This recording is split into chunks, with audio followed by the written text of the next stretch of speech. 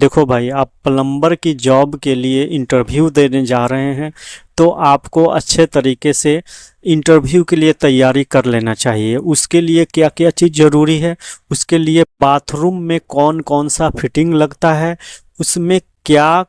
कौन सा सैनिटरी हो या कौन सा टैप हो या शावर हेड हो या मिक्सर वॉल मिक्सर हो या डब्ल्यूसी हो, ये कितने पे लगता है, या डब्ल्यूसी कितने तरह का होता है, वॉल वॉल हैंगिंग डब्ल्यूसी है वो कितने हाइट पे लगता है, इसको कम से कम आप लोग को पढ़ के जाना चाहिए।